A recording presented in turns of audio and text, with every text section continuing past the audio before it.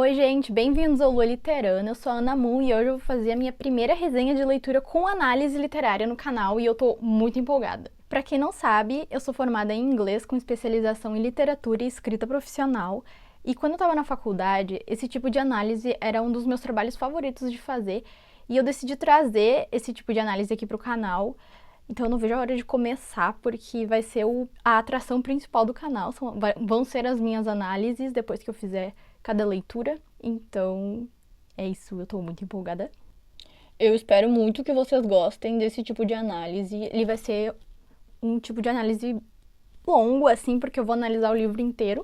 Eu vou contar um pouco da história enquanto eu analiso, né? E, obviamente, eu não vou conseguir contar todo o livro. Eu resumi. Mentira, eu não resumi. Tá bem longo o meu resumo, mas eu peguei os pontos principais que eu achei interessante de pontuar algumas habilidades que o autor tem e que ele colocou em prática para tornar a história boa. Se vocês ainda não se inscreveram no canal, por favor, se inscrevam, se vocês gostaram do conteúdo, é claro. E me sigam nas redes sociais, é @lualiterana no Instagram e no TikTok, eu posto bastante por lá. E me ajudem a crescer como criadora de conteúdo de literatura. E não esqueçam de deixar nos comentários aqui qualquer curiosidade ou opinião que vocês tiverem durante o vídeo, eu quero interagir bastante com vocês. E falando nisso, eu ganhei bastante inscritos nos últimos dias, eu fiquei bastante feliz e chocada. Acho que o YouTube sugeriu meu vídeo em outros vídeos que tem bastante visualização. Então, fiquei muito feliz. Bem-vindos, todo mundo que se inscreveu. Espero que vocês gostem desse primeiro vídeo de análise. E não se sintam intimidados de comentar a opinião de vocês aqui nos comentários. Eu vou gostar muito de ler e saber, até porque é o primeiro vídeo, então se vocês tiverem alguma dica que vocês acham que vale a pena compartilhar, ou até crítica construtiva, desde que não humilhe a pessoa. Desde que não me deixe pensando, meu Deus, o que eu fiz de errado. Tô aceitando. Muito obrigada aí, já antecipadamente, quem comentar. E também compartilhar o vídeo, é claro. Eu ia beber água, mas eu desisti. Então vamos começar. O livro que eu escolhi pra ler pro canal, o primeiro livro que eu escolhi, foi Salem, do Stephen King. Ele foi escrito em 1975 e ele já foi chamado aqui no Brasil também de A Hora do Vampiro. Ele foi publicado anteriormente como A Hora do Vampiro. Então talvez vocês conheçam por esse título pessoas que leem King há mais tempo ou têm contato com a literatura há mais tempo. Podem ter conhecido o livro com esse título, A Hora do Vampiro. Em inglês ele chama Salem's Lot. Eu até escrevi aqui no meu quadrinho. E a tradução de Salem's Lot, em português, tradução direta, é a cidade de Salem. Sobre adaptações, eu tenho 3 informações sobre adaptações de Salem. A primeira é que tem um filme chamado Salem's Lot, de 1979, que eu não vi ainda, eu não quis assistir para não influenciar na minha análise da história, né? Porque eu tenho certeza que eu vou assistir o filme e algumas imagens vão substituir a minha imaginação e eu não quero que isso aconteça enquanto eu analiso. Então, depois que eu fizer esse vídeo, talvez eu assista o filme, mas por enquanto eu não vou assistir. Talvez eu até faça um videozinho mais curto falando o que eu achei e se a minha imaginação de alguma forma apareceu ali no filme. Mas por enquanto eu não assisti ainda. Tem também uma minissérie da TNT de 2004, também chama Salem's Lot. E também não assisti, como eu já expliquei. Mas tá aí a sugestão se vocês quiserem assistir, em vez de ler o livro. Ou assistir e ler o livro. E a terceira informação de adaptação é que vai ter uma adaptação nova ano que vem. Sabe quem é o diretor? O James Wan. Ele já dirigiu filmes fantásticos. Ele não vai ser o diretor, ele vai ser o produtor do filme. O diretor vai ser outro. Mas o James Wan é muito famoso no gênero de horror. E, nossa, então eu tô muito empolgada. Eu não sei se eles estão no final das gravações, mas eu encontrei informação de que o filme vai ser lançado dia 21 de abril de 2023. Então, acho que já meio que terminou as gravações, né? Então eu tô muito curiosa e eu fiquei muito feliz que eu li o livro agora, porque agora eu posso ver o filme já com opinião formada sobre a história. Algumas informações básicas sobre o Stephen King. Ele nasceu em Portland em 21 de setembro de 1947 e ele é famoso por ter escrito mais de 60 obras dos gêneros de terror, suspense, ficção científica, fantasia. Um exemplo famoso que todo mundo conhece, eu acho, é It. It, a Coisa. São as adaptações que mais fizeram sucesso recentemente do King pro cinema. E o livro, eu acho que um monte de gente leu depois que o filme saiu. O livro é gigantesco, ele tem mais de 1000 páginas. E não pretendo ler. Não pretendo ler no momento, assim, daqui a uns anos talvez, mas por agora não. Até porque ele tem umas polêmicas que não me deu vontade de ler. Mas a história, obviamente, é muito boa. Mas, porque eu vi o filme, né? Não li o livro, mas, enfim. Esse é um título que eu quis trazer pra quem não sabe. O King é o mesmo autor de It. Mas vamos focar aqui no que interessa. Que é vampiros! Vampiros é o tema do livro. Salem. Uma curiosidade muito legal é que Salem foi o segundo livro escrito pelo King. Tipo, ele só tinha escrito Carrie antes de Salem. Então eu achei isso incrível, tipo, ter a oportunidade de ler um dos primeiros romances do King e perceber que, tipo, ele já era muito bom no início, assim, da carreira. Então, realmente, a pessoa já começou escrevendo muito bem. E eu já dei minha opinião aqui sobre ele, então. Não tem... Eu dei spoiler sobre o que eu achei do livro agora. Acabei de dar. Eu queria deixar pro final. Mas, enfim, gente, aqui não tem como não falar como ele é bom, né? Mas... Então, Salem foi o segundo romance do King. E, então, assim, resumindo a história em uma frase, é o seguinte. Ben Mears é o personagem principal e ele é um escritor. E ele volta à sua cidade da infância, ele morou na infância, em Salem. Jerusalem's Lot é o nome em inglês. Seria tipo a cidade de Jerusalém, mas eles, no livro, King colocou um apelido pra cidade, que acabou sendo o nome do livro, Salem. Que na verdade é com uma apóstrofe, mas a minha plaquinha não tem apóstrofe. Mas então é Salem que chama. Ele volta pra Salem com o objetivo de enfrentar, tipo, alguns traumas que ele tinha e também escrever um romance. E aí ele descobre que os moradores da cidade estão virando vampiros. Simplesmente isso. Então, tipo, é uma premissa bem clássica, assim. Bem... que a gente já viu em várias outras histórias de vampiro. Que é, tipo, uma pessoa nova na cidade descobre que tem alguma coisa estranha acontecendo. É bem clássico. E eu acho que, na verdade, se tornou clássico até por causa de Salem, né? Porque, pô, esse livro foi escrito em 1975, né? Vou olhar aqui no meu roteiro. 1975, então, tipo... tudo que veio depois com essa vibe, com certeza influenciou. Então é isso, gente. Essa é a premissa em uma frase. E deixa eu contar uma coisa pra vocês muito interessante sobre a minha experiência de leitura. Vou dar um resumão aqui da minha experiência de leitura antes de começar a análise. Quando eu peguei o livro, vou mostrar aqui pra vocês. Esse aqui é o primeiro livro de Salem. Mentira, não é o primeiro não, mas é o que eu comecei a ler. Esse aqui foi o segundo, na verdade o primeiro que eu comprei foi esse aqui, mas eu não estava com ele nas mãos na época. Aí eu tava com esse aqui. E ele é bem mais grosso que o outro porque ele é menor, né, em comprimento, em altura. Enfim, eu peguei pra ler. E aqui na sinopse atrás, não diz nada de vampiros, nada.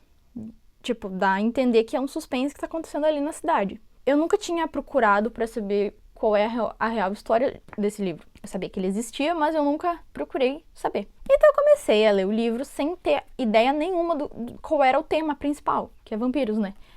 E eu amo quando isso acontece porque aí eu fico meio tentando desvendar sozinho o que tá acontecendo. E era isso que eu queria que acontecesse com Salem's Lot. Aí comecei a ler, essa aqui é a versão em inglês. Ó. E aí, eu cheguei aqui na metade. E aí eu falei, até anotei aqui a altura da leitura que eu peguei a informação de que era sobre vampiros. Aqui, achei. Peguei spoiler, né? Que na verdade todo mundo sabia, todo mundo que conhece as obras do King sabe que esse livro é sobre vampiros, mas eu nunca tinha pesquisado sobre. Então eu anotei aqui a altura do livro que eu inventei de pesquisar na internet. Porque quando a gente quer fazer isso que eu falei, de ler um livro sem ter ideia nenhuma do assunto, não é pra pesquisar sobre no meio da leitura, né? Mas eu coloquei no Google, porque eu tava curiosa pra saber como era o nome do título em português. Que eu não lembrava que eu tinha esse livro em português, então eu não sabia o título. Aí eu coloquei. E aí, a primeira frase na Wikipédia é que Salem também teve título no Brasil de A Hora do Vampiro. Aí eu fiquei, não acredito. Que eu descobri antes da hora que eu queria que era sobre vampiro. Mas enfim, eu anotei aqui que até eu descobrir que era sobre vampiros, eu desconfiava que seria um serial killer que tava fazendo alguma coisa na cidade ou espíritos. E aí eu coloquei aqui que eu tentei ler neutra depois disso, porque eu queria, tipo, desvendar sozinha. Aí eu tentei ler de uma forma neutra que não influenciasse eu tentar achar características de vampiro. Não deu certo, óbvio, né? Que mudar o ponto de vista da leitura. A partir dali, era página cento e poucos, né? Eu já sabia que era de vampiros, então essa minha experiência de ler sem saber de nada não deu muito certo. Mas no próximo livro, que eu não souber de nada, eu vou tentar fazer isso. Então, fica aí a minha experiência.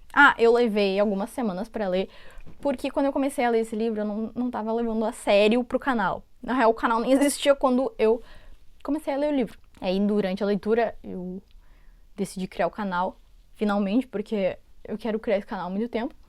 E aí, daí depois, tipo, que eu decidi, né, ler com um ponto de vista de trabalho, eu li mais rápido, mas antes eu tava lendo bem lenta. Na verdade, eu tava lendo só na praia, quando eu levava o livro pra praia pra ler. Assim, outra experiência, já que eu fiz o seguinte, eu li, tipo, 2/3 em inglês e o terço final eu li em português, nessa edição aqui que eu tenho, que é mais alta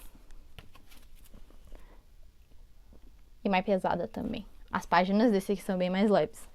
Ler King em português é melhor do que em inglês, gente. Por quê? Ele usa muito vocabulário que, pra nós brasileiros, é difícil de entender. E não é vocabulário antigo, tipo de inglês antigo, que a gente não entende, porque são palavras antigas. Não é. São expressões em inglês que a gente não aprende em cursinho no Brasil e no colégio. A gente não costuma aprender. Que se chamam phrasal verbs. Ele usa muito phrasal verbs. Também algumas palavras que a gente não conhece. Então, eu ficava parando toda hora para traduzir. Mesmo eu sendo formada em inglês, não tem como eu saber todas as palavras de uma língua que não é a minha, né?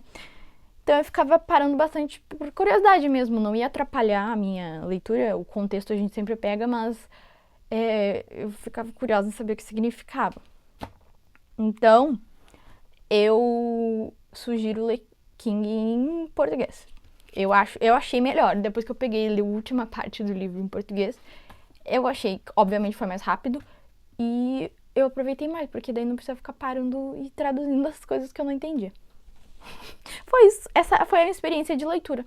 Agora vamos pra história em si, que eu vou contar pra vocês como é a história, que é muito boa. Já falei o que eu achei. De novo, não vai dar certo. Eu sempre vou falar no início do vídeo o que eu achei do livro. Eu não vou me aguentar. Antes de começar tudo, eu vou fazer uma coisa com vocês que é ver como o livro é dividido. Faz parte da análise literária, pra mim, que eu gosto de analisar como o autor decidiu dividir a história. Então aqui, acho que vocês conseguem ver. Ó, tem o prólogo, aí tem a parte 1, parte 2 e parte 3. E o epílogo. Essas partes, elas vão ter capítulos. E esses capítulos vão ter subdivisões numeradas, que às vezes muda o personagem que tá sendo o ponto de vista e às vezes não muda. Às vezes é o mesmo, tipo, só muda a cena, né? A numeração. Então eu achei uma forma bem organizada que ele escolheu pra escrever o livro. Ajuda na nossa memorização do que tá acontecendo. A gente não se perde, é difícil se perder. E é isso, então. 3 partes. Parte 1 chama Casa Marsden. Parte 2, O Rei do Sorvete. E parte 3, A Cidade Deserta. E o prólogo e o epílogo. Aí o seguinte, no início de cada parte e no início do prólogo e do epílogo, tem uma citação que os autores gostam de fazer, né? Que é tipo, referenciar uma outra obra, música, poema, o que for, que tem a ver com o que vai vir a seguir, né? Então, no prólogo, o King escolheu uma... eu acho que faz parte de uma poesia isso. Eu vou ler pra vocês. Velho amigo, o que procuras? Após tantos anos fora, voltas, com imagens que cultivaste sob céus estrangeiros, distante de tua própria terra. George Seferis. Aí eu pesquisei pra vocês. É um poeta grego, George Seferis, um dos mais importantes do século XX, e ele ganhou o Nobel da Literatura. E é o seguinte, esse trecho aqui tem tudo a ver com o início de tudo, com o início da história, né? Ele está basicamente pré-ilustrando o Ben chegando de volta na cidade, né, em Salem. A gente tem que ler isso pensando que o autor escolheu essa citação para introduzir praticamente o livro inteiro pra gente. Então a gente vai ler isso aqui com nada em mente e vai ter uma ideia, bem vaga, na verdade, do que vai acontecer a seguir. Seguir, no caso, nas próximas 460 páginas. Mas então vamos lá. O que acontece no prólogo? O prólogo começa com um homem e um garoto atravessando o país de carro sozinhos. Todos pensam que eles são pai e filho. Ok, é isso que a gente tem de informação. Diz que onde o homem e o garoto paravam, ele comprava um jornal do Maine e procurava por notícias relacionadas à pequena cidade de Jerusalém Slot e a área em torno. Aí a gente descobre que o homem está escrevendo um livro e que antes da escuridão tomar conta de sua vida, ele era um escritor de sucesso. O garoto, que eu interpretei, sei lá, em torno de uns 10, 11 anos, não fala muito e fica nervoso quando o homem se afasta dele. E ele fica muito ansioso quando ele tem que falar sobre Jerusalém Slot. A gente também começa a entender que eles estão vivendo de forma nômade. Eles moram em várias cidades dos Estados Unidos, não tem, então, moradia fixa. E durante essa jornada de cidade em cidade, parece meio sem rumo, ele tá escrevendo. E aí, finalmente, esse homem, ele consegue um acordo, um contrato com uma editora de $12 mil de adiantamento. Então, ele consegue parar de trabalhar aleatoriamente nesses lugares e eles vão pra fronteira do México. Não deixa claro que é no México, mas eu interpretei, porque o nome da cidade é Los Zapatos, peraí. Isso, o nome da cidade é Los Zapatos. E então eu interpretei que é no México, porque é o único país possível que fala em espanhol e faz fronteira com os Estados Unidos. E aí, 1 ou 2 vezes por mês, eles assistiam a missa na igrejinha ali da cidade pequena, Los Zapatos, nem sempre juntos, e aí o menino começa a se interessar pela igreja e decide entrar para a igreja. Também temos a informação de que o homem viajava 65 quilômetros toda semana para comprar um jornal e se informar da região de Portland, Maine. Aí, num desses jornais, tem uma reportagem sobre Salem, e essa reportagem é mais ou menos o que vai nos dar um norte ali sobre o plot ali inicial do que a gente vai ter acesso. Essa reportagem, ela vai mencionar uma cidade real chamada Monson, que não chama Monson. O King, ele criou esse nome fictício, Monson, mas é baseado numa cidade real, na verdade. Eu pesquisei. Aí o nome da matéria é Cidade Fantasma, no Maine. E aí essa reportagem informa que Jerusalém Slot é uma cidade fantasma, localizada ao leste de Cumberland e a 30 quilômetros ao norte de Portland. Jerusalém Slot é uma cidade inventada, tá, pelo Stephen King, então a gente tem que ter isso em mente. Enfim, ali na matéria, então, do jornal, diz que não é a primeira cidade fantasma dos Estados Unidos. Aí conta que essa cidade, que ele colocou o nome de Monson, é uma cidade da Nova Inglaterra. Nova Inglaterra, para quem não sabe, eles chamam de uma região dos Estados Unidos, que é a região de Connecticut, Maine, Massachusetts, New Hampshire, Rhode Island e Vermont. Eu aprendi isso lendo o livro do Stephen King, porque eu não sabia que eles chamavam de Nova Inglaterra. Eu sabia que existia uma Nova Inglaterra nos Estados Unidos. E eu até, não vou mentir, eu achava que era um estado lá no norte, mas não é. É só um conjunto de estados. Então, que antes de Salem, existiu essa cidade que virou uma cidade fantasma. Que no verão de 1923, seus 312 residentes desapareceram. Quase todas as casas permaneceram mobiliadas, objetos abandonados no meio de uma ação. Tipo, a mesa posse do jantar foi abandonada, sabe? Como se as pessoas realmente tivessem evaporado. Aconteceu isso nessa cidade. E aí fala que Jerusalém Slot tá acontecendo a mesma coisa. Era uma cidadezinha próspera e confortável, com 1.319 habitantes, que nada interessante acontecia, a não ser um incêndio em 1951. Esse incêndio foi causado por um descuido de alguém que jogou um fósforo, provocando ali um dos maiores incêndios florestais na história do estado. Fictício, né? Lembrar sempre que o King inventou tudo isso. E aí a primeira análise que eu faço é: esse incêndio vai ser muito importante pro final da história, então lembrem disso. O incêndio é o segredo do final da história. Então olha que interessante, o King conseguiu conectar uma informação do prólogo com o epílogo. Uma informação que aparentemente não faz diferença, mas vai fazer toda a diferença. Aí há pouco mais de um ano foi publicada essa matéria, as pessoas começaram a sumir de Salem. Ali diz que a maior parte não sumiu no sentido literal, mas eles começaram a, tipo, ir embora da cidade. E aí essas pessoas que foram embora da cidade se recusam a falar sobre a cidade. E falar, tipo, quando pergunta o motivo, é sempre uma resposta vaga. Aí essa matéria, ela cita vários nomes de cidadãos da cidade que desapareceram. E aí esse personagem do prólogo é citado. A cena do prólogo que eu achei mais legal acontece quando o menino, o garoto, né, ele faz uma confissão pro padre da paróquia local ali, da cidadezinha do México, que eu interpretei que é México, vou falar o que é México. Ele faz uma confissão e aí o padre fica chocado com a confissão e daí pede pra conversar com, né, o responsável pelo garoto e pergunta se é verdade isso que o menino confessou. E até é interessante isso que o King adicionou, que ele precisa de um intérprete, porque ele só fala em espanhol. E aí o intérprete vai falando tudo que o padre fala. E aí o Ben fala, não, é verdade, tudo que ele confessou. E aí o padre simplesmente diz que vai rezar por eles. Nossa, juro, quando ele falou isso, eu fiquei, uau, o que será que é? E aí eu achei, nossa, essa cena pra mim me deu medo, mesmo assim. Eu vou, ao longo da história da resenha que eu tô fazendo, que é longa, eu vou contar pra vocês as minhas cenas favoritas, então essa é uma delas. Aí aqui acontece a decisão que vai ser o final do livro, né? Os dois não, né? O Ben decide voltar pra cidade. É a segunda volta dele. A primeira volta é o início da história. Mas aí, isso aqui é o final, já. Ele decide voltar pra Salem. Depois de toda essa tragédia ali que o menino confessou e que a matéria fala, né, pra gente. Então ali... Ai, ouvi um barulho. Então ali o King, ele tá se movimentando pela linha do tempo da história, assim, o prólogo, na verdade, acontece depois de toda a história, e ele tá dando uma introdução pro epílogo, entendeu? É um pouco difícil de explicar assim pra quem não leu, mas é isso. O prólogo acontece depois da história, e ele tá dando introdução pro epílogo. Tipo, o que vai acontecer a seguir do prólogo é o epílogo da história. Então, tipo, como se o prólogo e o epílogo fossem o presente, e aí a gente vai voltar pro passado pra entender o que aconteceu. Vamos pra parte 1, então. Deixa eu ir pra parte 1 aqui, daí eu vou mostrar pra vocês a citação que tem no início. Aí eu cheguei aqui na parte 1, com a citação da parte 1.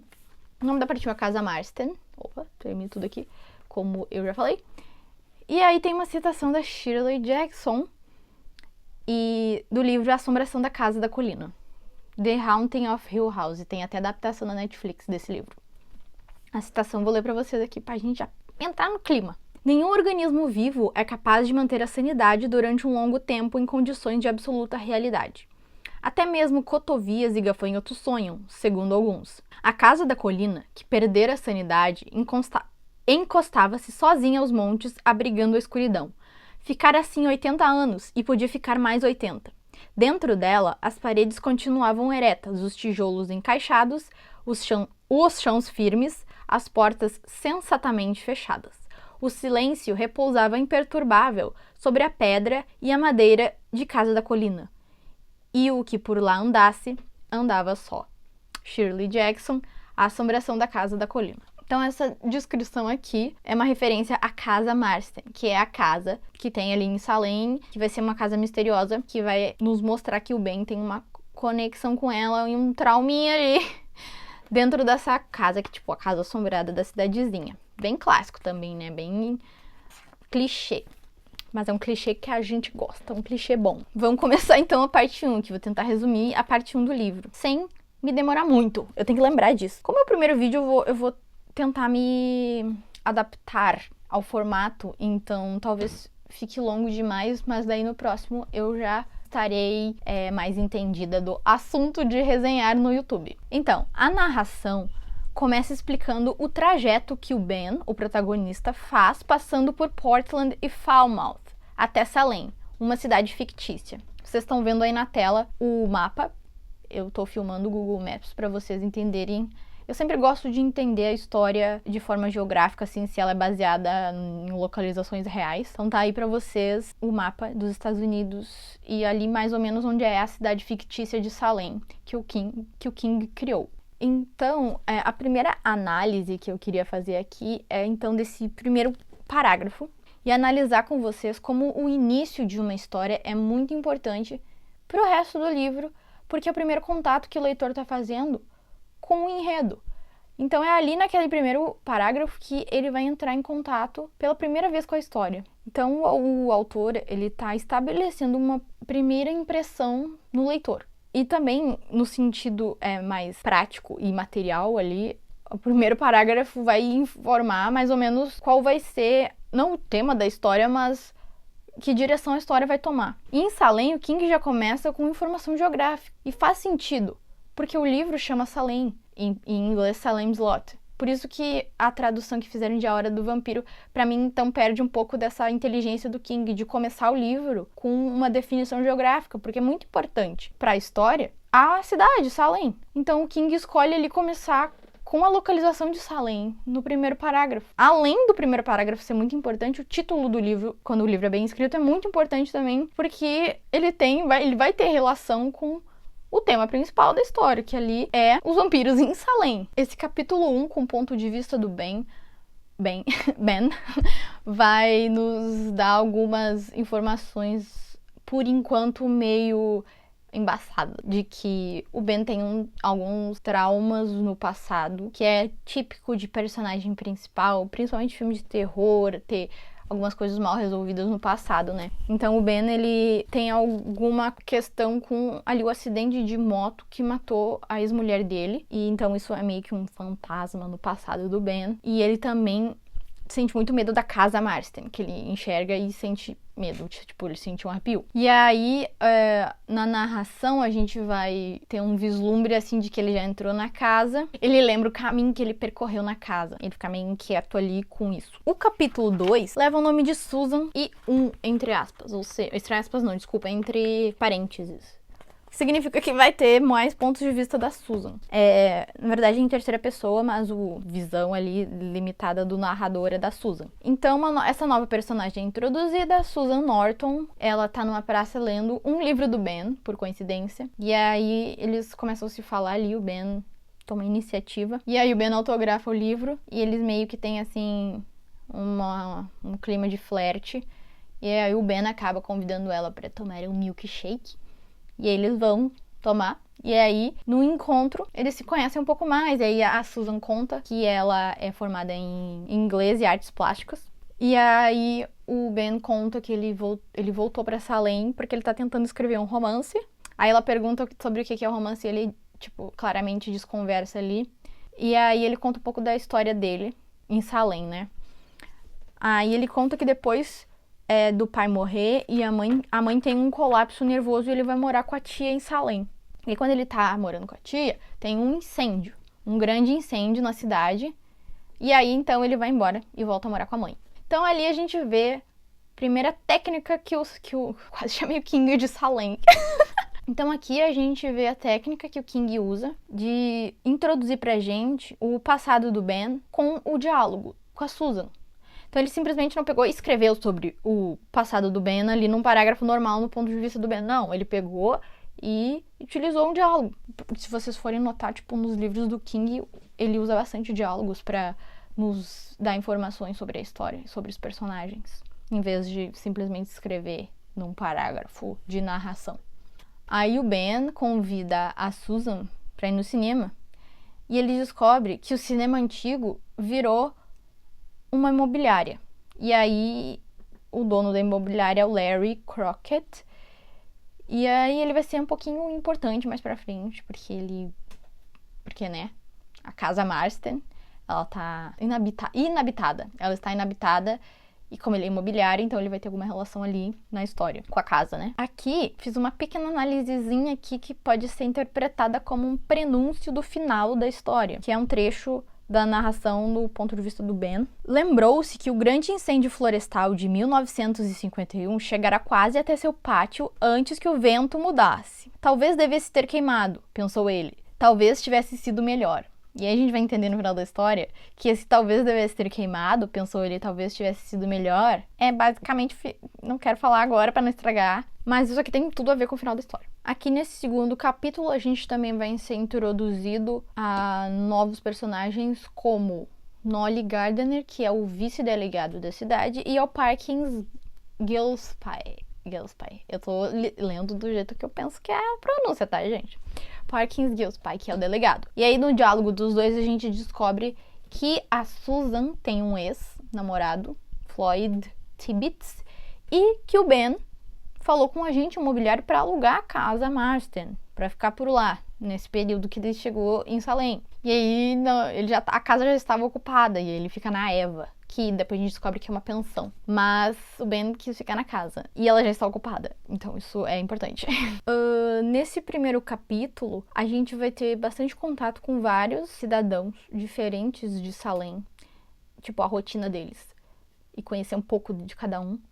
Então, a gente consegue perceber que o King, ele tá introduzindo essas pessoas para que a gente se sinta em Salem e também se apegue a elas e a rotina delas, assim, pra gente se familiarizar ali com o contexto que o Ben tá vivendo e sentir depois o impacto, que vai ser bem grande pro final do livro, né? Porque vai acontecer com os moradores da cidade. Porque o livro, a grande tragédia do livro se trata do que acontece com os moradores, né? Então, nada mais óbvio do que fazer a gente conhecer os moradores. Então, daí a gente descobre, né, que o Ben tá na pensão da Eva Miller. E aí, finalmente, a gente tem a história da casa Marston.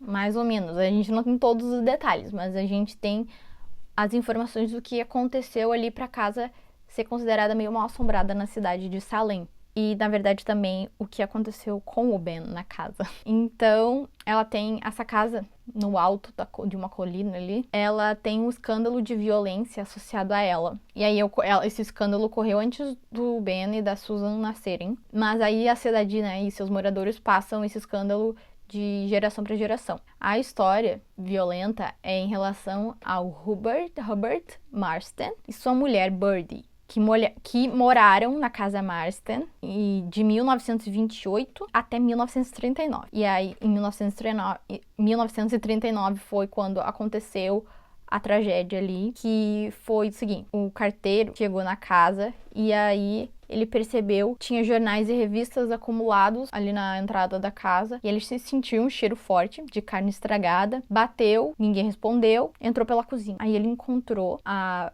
mulher, a Birdie Marston, tendida em um canto, com metade da cabeça destruída por um tiro. O Hubert Marston, o cara, né, o marido da mulher, depois foi encontrado com os policiais e tal, que o carteiro chamou, no segundo andar da casa, num quarto, pendurado.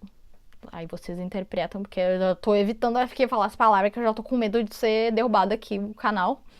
Mas ele foi encontrado pendurado no segundo andar, numa viga.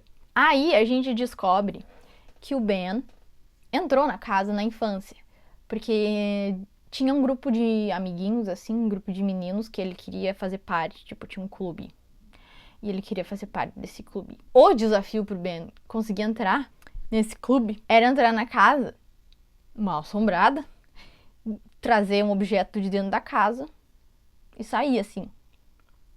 Quando o Ben entra na casa, é a criancinha Ben, ele caminha até o segundo andar, abre a porta do dito cujo quarto e ele vê o espírito do homem, do Hubert, ali. E essa imagem vai assombrar ele pro resto da vida dele, até a vida adulta. Então, até agora, a gente teve vários elementos aqui de, tipo, protagonista clássico de filmes, histórias de terror, trauma causado por um acidente no passado, experiência sobrenatural, na infância, que também causa trauma. E aí o Ben, ele também tem vários sonhos relacionados a essa experiência na Casa Marston. Então isso aí, 3 elementos. Se vocês quiserem escrever um personagem, um protagonista de história de terror, tá aí já uma dica que o King usa aqui, que é pra criar um protagonista que vai superar todos esses traumas e medos durante a jornada dele, né? No capítulo 3, a gente vai ter o ponto de vista, na verdade, da cidade. Peraí, deixa eu chegar no capítulo 3. Opa, pulei aqui. Capítulo 3 vai chamar A Cidade 1, que são capítulos com narrações de várias pessoas da cidade, assim. Então, tipo, o foco não vai ser só um personagem ali, tipo Susan, Ben, vai ser a cidade toda. Então, vários cidadãos de Salem. E aí a gente vai ter o primeiro acontecimento chocante, assim, que é quando eu me interesso pela leitura, assim. Até agora eu tava, tipo, meio só lendo ali, meio, tô meio perdida, não sei o que tá acontecendo. Aí acontece isso e eu, uau, tá, ok, tá estranho. Que é quando Mike Ryerson, que é tipo um zelador de cemitérios ali, faz tudo do cemitério, dos 3 cemitérios da cidade, ele encontra um cachorro empalado numa das grades do cemitério. Lendo sobre vampiros, eu descobri que animais não gostam de vampiros, vampiros não se dão bem com animais. Então, tem tudo a ver com o que vai vir a acontecer, né? Tipo, o cachorro ali é um presságio, a violência contra o cachorro ali, que na verdade é o cachorro de um dos personagens que a gente vai conhecer, é um presságio ali do que está por vir, né? Alguns detalhes da rotina. Eu tô rindo, mas é tipo da tragédia que vai vir depois no final. Mas, tipo, alguns detalhes da rotina dos moradores ali vai acontecer uma ironia ali no jeito como acaba a vida deles. Por que eu tô rindo? É que falando assim parece que... Mas é que meio... Tipo Walking Dead. O que acontece? Tipo, o motorista... Ele é ruim pras crianças que ele leva pra escola, tipo, é um motorista de ônibus. E ele não é muito legal com as crianças. E aí, depois, o jeito que ele morre tem a ver com essa maldade dele com as crianças. E aí, tipo... Então, essas conexões que o King faz são muito boas. Tipo, de pequenos detalhes, assim, que depois vão virar ironias, entendeu? E aí a gente descobre que também tem um garotinho novo em Salem, que é o Mark Petrie, e que ele sofre bullying ali na primeira cena que ele é introduzido pra gente, mas que ele vai super enfrentar o bully dele. Então a gente já entende que o Mark, ele é um garoto corajoso, que não engole sapos e que batalha ali pra não deixar as pessoas pisarem nele. Até agora a gente tem duas pessoas novas na cidade, ali o Mark e o Ben. Só que o Mark, né, não é protagonista, então a gente só tem essa informação dele, mas ele vai ser importante mais pra frente. Aí agora a gente vai ter uma cena muito importante do Larry Crockett, que eu falei que era o dono da imobiliária, fechando o negócio com um homem chamado Straker. E pela descrição ali do King, o Straker é um homem muito misterioso e muito estranho, assim. E ele vai propor ao Larry Crockett uma negociação muito estranha. Em troca da Casa Marston e do aluguel de uma loja ali em Salem, eu quero $1. Mas eu vou te dar um terreno que no futuro vai ser um shopping e que vai ser muito lucrativo. E aí, toda essa negociação é meio que um tom de ameaça, assim, do Straker. Tipo, o Larry Crockett não tem escolha. Ele vai ter que aceitar essa troca. E aí, esse Straker, ele conta que ele tem um sócio, o Sr. Barlow, que na verdade ele chama de parceiro. E aí, na história, meio que as pessoas acham que eles são... O King usa queer em inglês, mas eu não lembro o que termo que a pessoa que traduziu o livro usou, mas na versão inglesa eles usam que, tipo, são 2 homens queer ali, então que, tipo, é um casal. As pessoas da cidade. Algumas pessoas interpretam que seja um casal, mas não é um casal. Depois a gente descobre o que eles são. Nesse capítulo, a gente vai ter também introdução de outro ponto de vista importante, que é do personagem Matthew Burke, que é um professor de inglês, literatura da escola ali da cidadezinha. Ele tem 63 anos e a gente vai de cara criar simpatia por ele. E aí a gente, só pela vibes, a gente já percebe que ele vai ser um dos principais ali mais pra frente. E também porque ele observa a casa Marston, tipo, nota que, tipo, as persianas não, as venezianas da janela da casa foram recolocadas. Então, tipo, ele tá observando a casa. Então a gente já consegue entender que ele vai ter a ver com a casa, né? Porque se ele nota a existência da casa, o King não ia colocar isso sem motivo, né? Mais ou menos nessa altura ali do capítulo, o King começa a adicionar horários das atividades das pessoas na cidade. Quando o autor coloca horários, e isso não ocorre em todo o livro, só em certo momento ali do livro, tipo horário das ações dos personagens, isso quer dizer que o horário é relevante ali naquela parte da história. Por enquanto, a gente não sabe nada do Ben, do protagonista. Eu não sei se o Ben vai ter relação com as coisas ruins que estão acontecendo. Então, pra mim, é importante saber que o Ben tem um álibi, tá? Pro que vai acontecer a seguir. Ele vai jantar na casa da Susan, conhecer os pais dela às 6 da tarde. Enquanto isso, a gente tem até um diálogo interessante do Floyd Tibbets, que é o ex da Susan, conversando num bar ali com o dono do bar.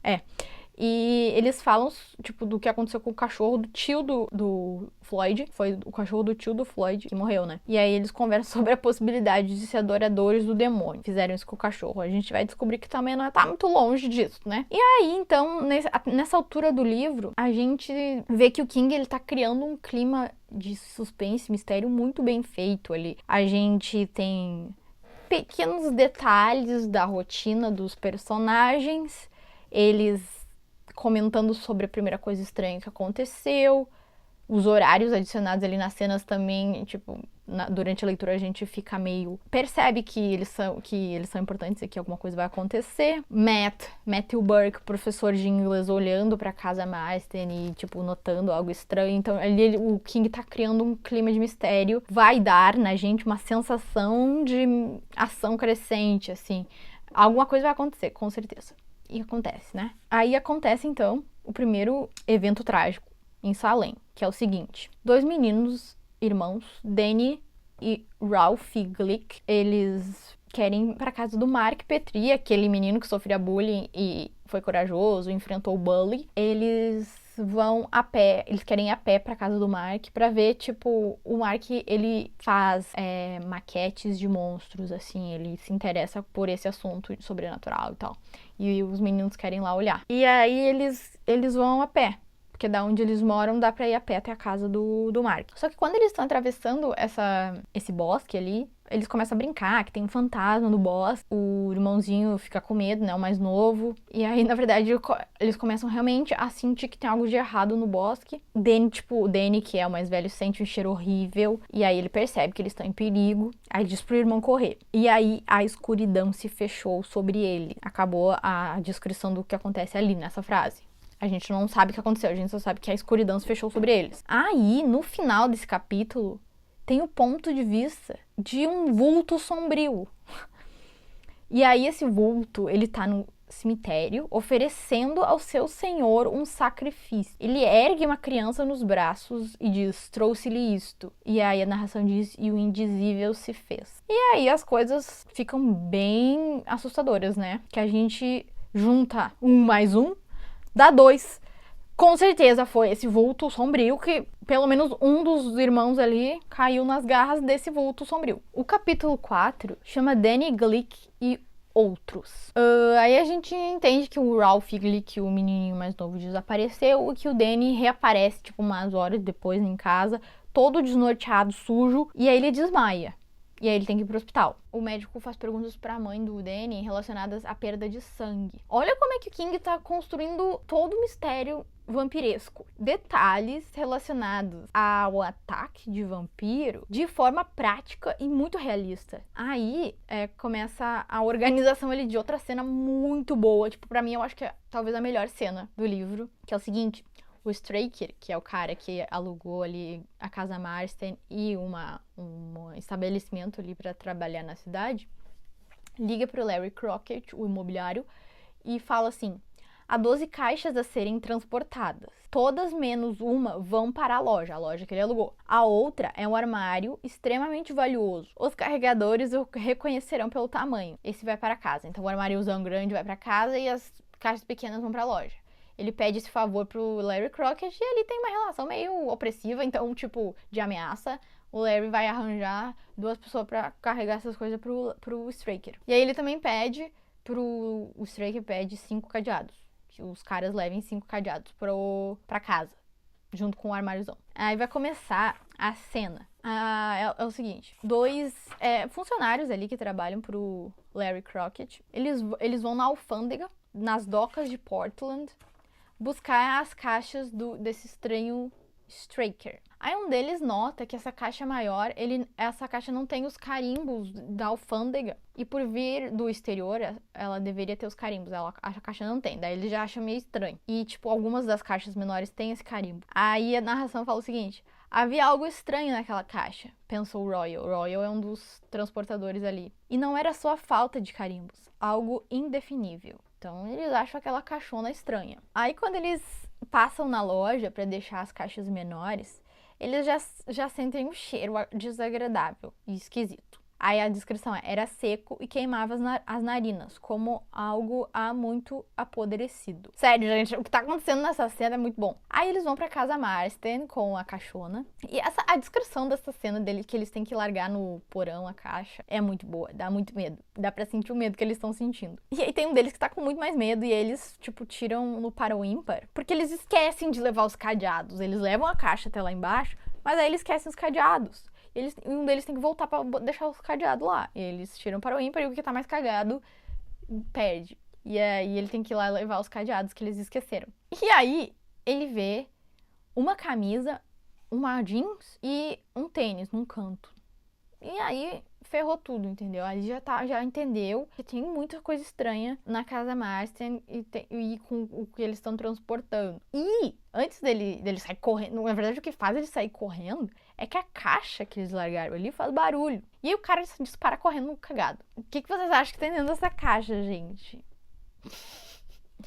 Sim, é um vampiro. É o Barlow, que é o parceiro do Straker, ele tá dentro dessa caixa. Os caras transportaram um vampiro da alfândega até a casa. Deixaram, tipo, fizeram uma entrega. Toma aí um vampiro. Gente, fantástico, sério. Tipo, isso é o suco do entretenimento pra mim. Por isso o fedor, entendeu? Por isso o cheiro de podridão e, tipo, a estranheza. Porque era um caixão.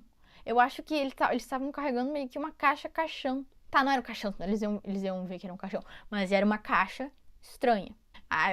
Pra mim, eu acho que é a melhor cena do livro. Aí, nessa altura, eu acho que eu vou contar pra vocês o que aconteceu com o Danny Glick.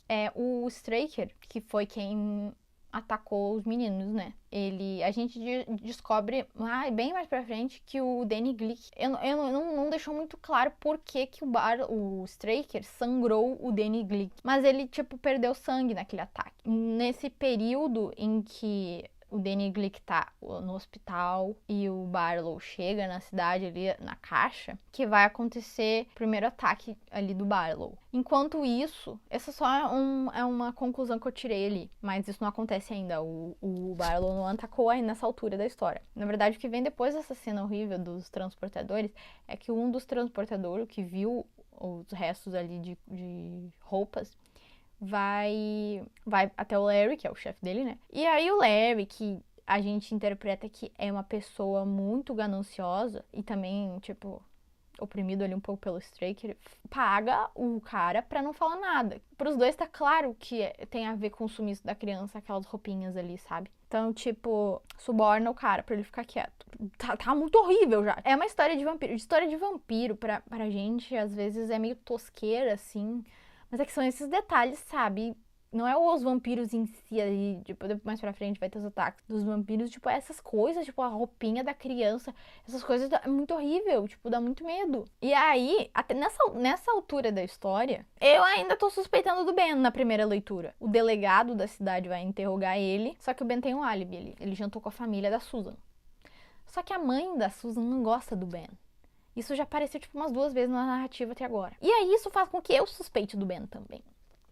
Eu não conheço o Ben, eu só sei que ele é um novato na cidade. Mas ele é um novato na cidade, então, tipo... Então, além do Straker e do Barlow, o Ben também é um novato e eu não sei nada sobre o Ben. Então, pra mim, ele também pode ser quem tá fazendo essas coisas horríveis. E, então, o delegado tá certíssimo de interrogar o Ben. E aí, o delegado também vai até a loja do Straker, conversa casualmente com ele. E tá, até o final do diálogo ali, tá normal, a gente não suspeita do Straker.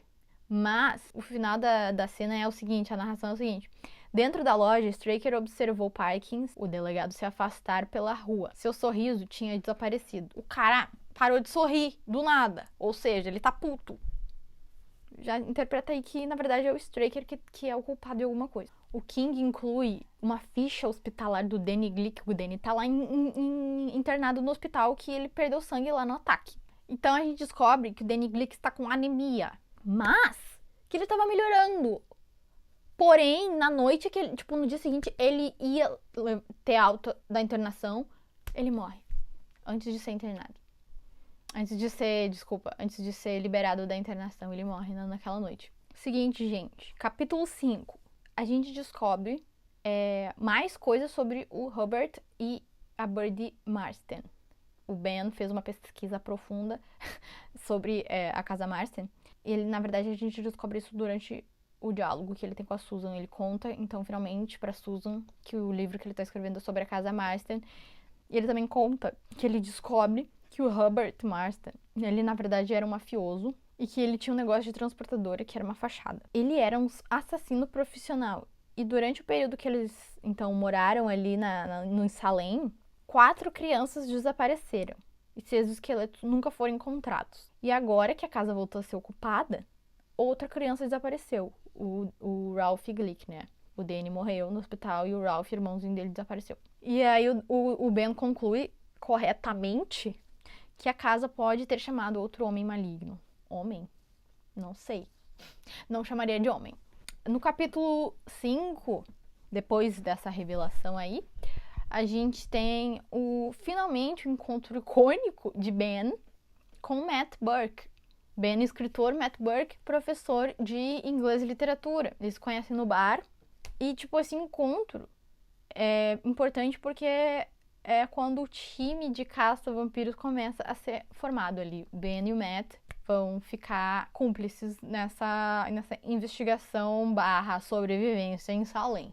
Aqui no capítulo 6 agora, que chama A Cidade, entre parênteses 2, tipo, o segundo ponto de vista da cidade, vai acontecer o enterro do Danny Glick e é uma cena muito impactante, porque é triste e ao mesmo tempo assustadora, porque o pai do Danny vai surtar durante o enterro, ali o padre tá fazendo o discurso, e o pai vai surtar, vai, tipo, se jogar em cima do caixão, vai, tipo, ficar falando pro Danny parar de... com essa brincadeira, pra ele voltar logo, então... E aí a mãe desmaia, então... É uma cena bem gráfica, bem que a gente consegue imaginar assim, na nossa mente, claramente, o que tá acontecendo.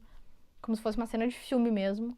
A cena, ela existiu ali mais pra acrescentar um clima de horror ali no livro, porque o que vai acontecer a seguir dessa cena que é importante.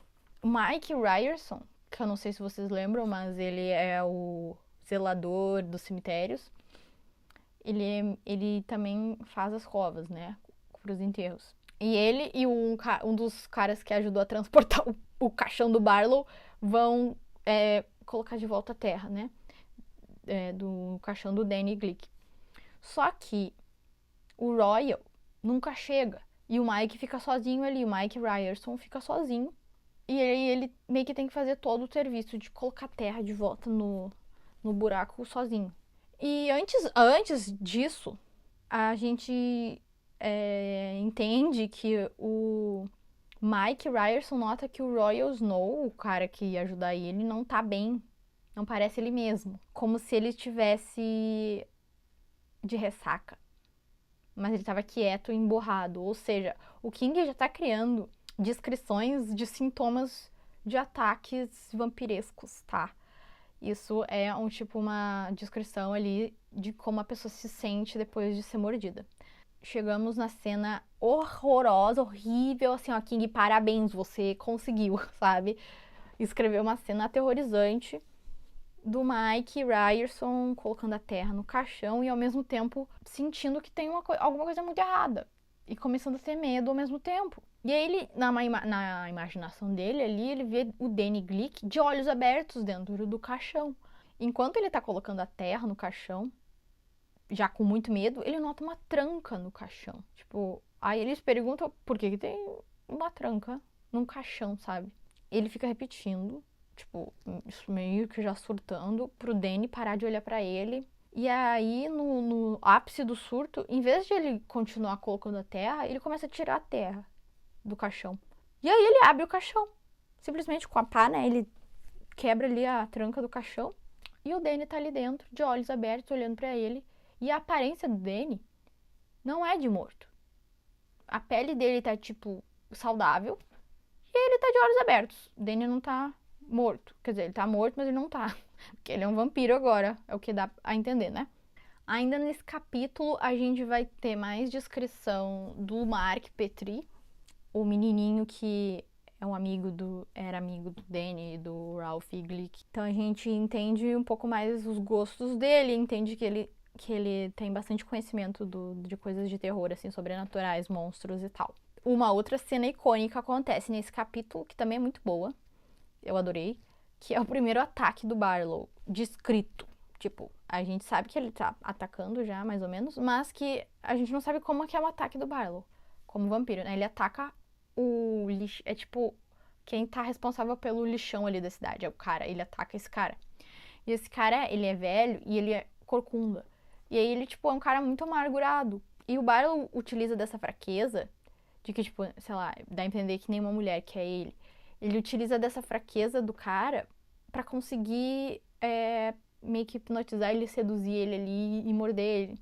E aí eu coloquei essa análise aqui de que quando muda o ponto de vista do personagem, o King, eu não sei, a mente do King é de uma expansão sem tamanho, porque ele consegue fazer todos os pontos de vista de pessoas tão diferentes ser muito realista. É tipo isso que faz um bom escritor, sabe? Ele consegue ser várias pessoas ali naquela narração.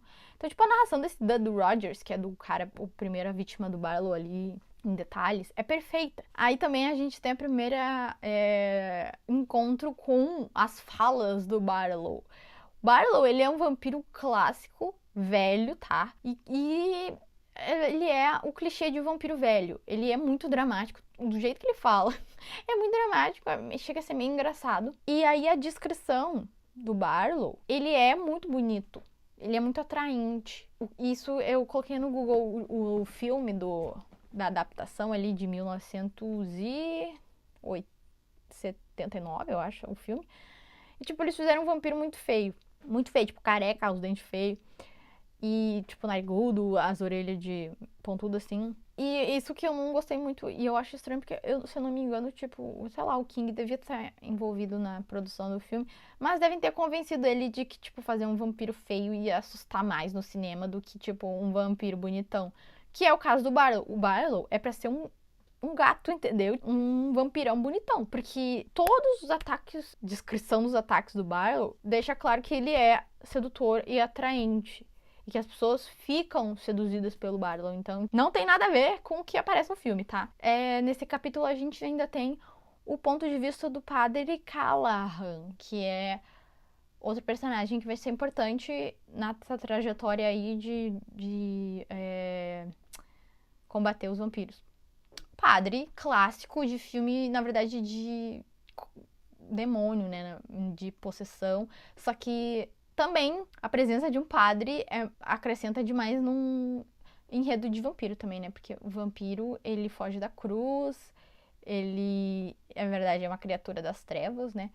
E o padre seria o oposto disso, né? Então tem o padre Callahan, que é um padre irlandês ali na cidadezinha, e a gente tem contato com questionamentos, assim, do padre que eu não interpretei que ele questiona a própria fé ali, mas ele tem algumas questões, algumas divagações ali sobre a Igreja Católica, sobre o que significa o mal no mundo.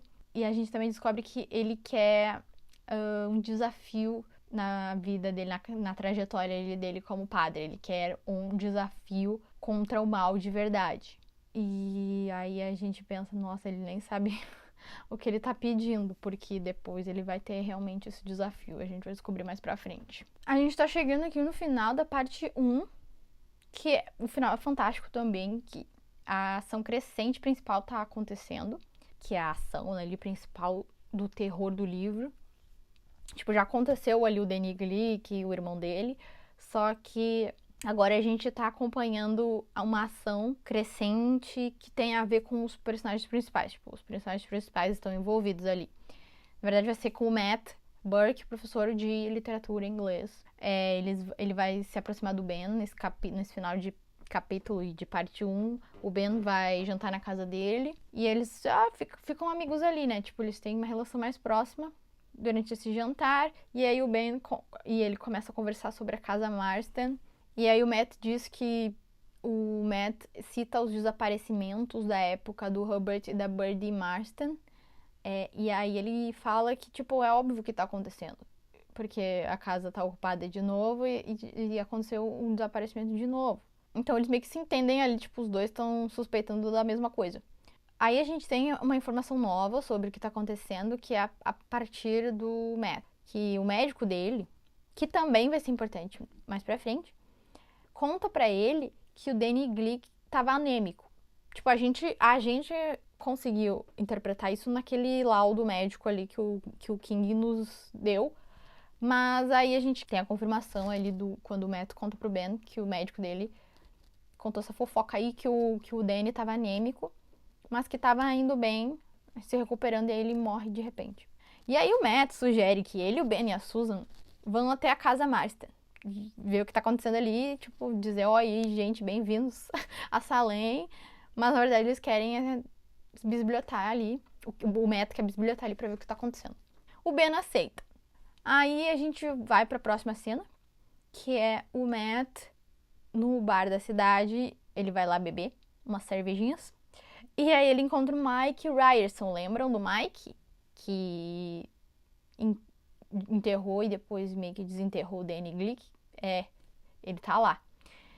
E o Mike Ryerson é ex-aluno do Matt. Na verdade, várias pessoas da cidade, a maioria das pessoas são ex-alunos do Matt. Porque é cidade pequena, entendeu? Então a maioria das pessoas estudou com ele. Foi aluno do Matt na escola. E o Mike é um deles. O Mike Ryerson, se eu não me engano, ele tem tipo uma idade, 28 anos. E aí, o Matt cumprimenta ele, e daí o Matt pergunta se pode sentar com ele. E aí, quando o Mike responde, ele se assusta, porque o Mike tá com uma aparência péssima. Parece que ele tá drogado, segundo o ponto de vista do Matt ali. Sua voz era apática, sua pele de um branco horrível e pastoso. Escurecia ao redor dos olhos. Os olhos em si estavam escancarados e febris. Suas mãos moviam-se lentamente sobre a mesa, como fantasmas na obscuridade da taverna. Um copo de cerveja permanecia intocado diante dele. Aqui o King, ele explora bastante, né, os efeitos da mordida do vampiro. Eu acho isso na verdade é um dos principais pontos positivos do livro, é essa exploração ali dos efeitos da mordida, né, que é muito legal de acompanhar durante a leitura. Aí o Mike conta ao Matt que não está se sentindo muito bem, acha que está doente e que ele tá dormindo só de dia. De noite ele não dorme. Ele também conta pro Matt que ele pegou no sono quando ele tava lá no cemitério fazendo aquele trabalho de colocar terra no caixão. E que ele acordou só na manhã seguinte, com toda a tarefa feita. Alguém fez pra ele o que ele tinha que fazer. E ele lembra de uma canção. A canção mais doce que já ouvi. E da sensação de me afogar. Mas era gostoso. Então ali, essa dualidade ali do ataque de vampiro tá sempre presente na descrição. É uma coisa muito ruim, mas ao mesmo tempo é boa. Ele tá se afogando, mas ele tá se sentindo bem. Que é, então, a descrição básica ali do ataque de vampiro, né? Tu tá sendo atacado, mas tu tá se sentindo bem, até excitado ali em alguns momentos. Dá a entender isso. O Mike também conta que ele vomita quando ele tenta comer A janela do quarto dele estava aberta quando ele acordou. E ele não abriu a janela. Mas ele acha que ele que abriu. Mas dá a entender que não foi ele que abriu. E aí ele teve um sonho. Alguém estava na janela e ele levantou e abriu a janela para essa pessoa. Tipo, como se fosse um velho amigo que a gente deixa entrar porque está com frio ou com fome. É isso que ele fala pro Matt. E o Matt, preocupado, convida o mais jovem ali para ir para casa dele, passar a noite lá. E aí no dia seguinte ele ia chamar o médico para examinar o Mike, né? E aí, na casa do Matt, o Matt fala, ó, qualquer coisa que tu precisar durante a noite me chama. Qualquer coisa estranha acontecer, me chama. E o Mike, tá, tudo bem. Aí, durante a noite, o Matt tá muito inquieto. E ele começa a ter muito medo de nada específico, assim, mas que ele não consegue pegar no sono. E aí ele diz que a casa é mais silenciosa que o normal ali. E que é um silêncio sobrenatural. E aí ele escuta. Ali a gente já percebe que o Matt tá numa crise de medo ali. Ele escuta a voz. Ele tá na cama dele, tá, gente? Não saiu dali. Ele escuta a voz do Mike Ryerson falando, pode entrar. E aí a janela do quarto de hóspede abre. E aí, em meio a esse terror todo do Matt, professor, né? Ele escuta uma risada alta e maligna de criança. E em seguida, o som da sucção. E mais um ataque acontece. Agora, dentro da casa de um dos principais ali. A parte 2 começa, então. Então, o Matt liga pra pensão do Ben, pensão da Eva Miller, e pede pra falar com o Ben, né? E o Matt pede pro Ben ir na casa dele, às 4 da manhã. E tá, tipo, arquejando com muito medo, assim. Daí o Ben, assustado, vai lá. E aí o Matt conta tudo pra ele que aconteceu. E aí fala que acha que o Mike Ryerson tá morto lá no quarto de hóspede. Esqueci de citar que o Mike tinha marca de mordida, óbvio, no pescoço. Aí o Ben e ele vão lá no quarto e sim, o Mike tá lá e tá morto na cama. E aí as mordidas desaparecem.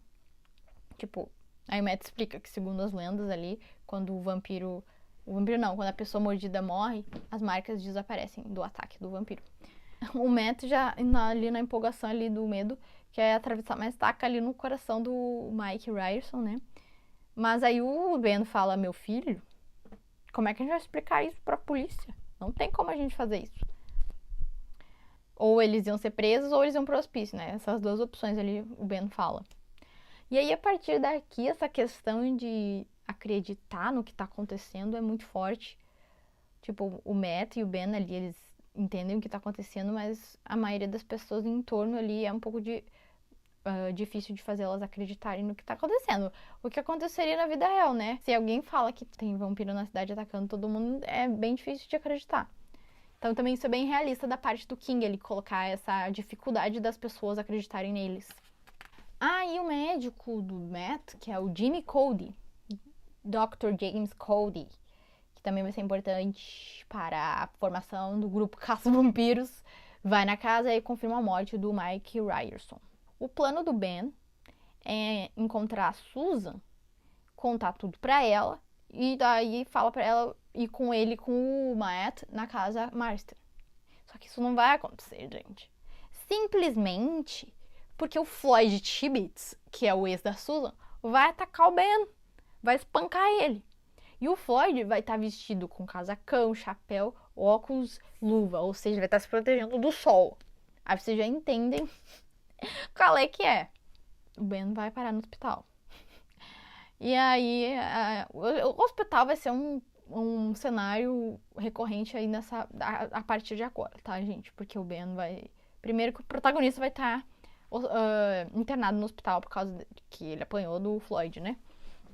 A Susan vai visitar o Ben, que tá muito debilitada. Ele só consegue falar pra Susan ir até a casa do Matt Burke, que o Matt vai explicar tudo o que aconteceu pra Susan.